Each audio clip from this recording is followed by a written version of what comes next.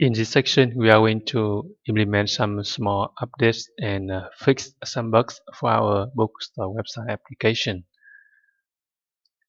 We will add a hyperlink for the logo image in the homepage, both in the backend and in the front end. Here you see, we should have a hyperlink to make the logo image clickable, and when the user clicks on this logo image, it refreshes the homepage in the front end and also in the backend.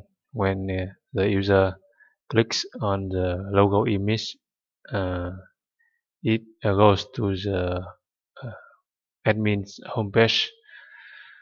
So the hyperlink in the logo image allows the user to go to the homepage in the front end and backend. And the second update is we will use a simple rich text editor in a book form. You see, the format in the description of the book is not good, right?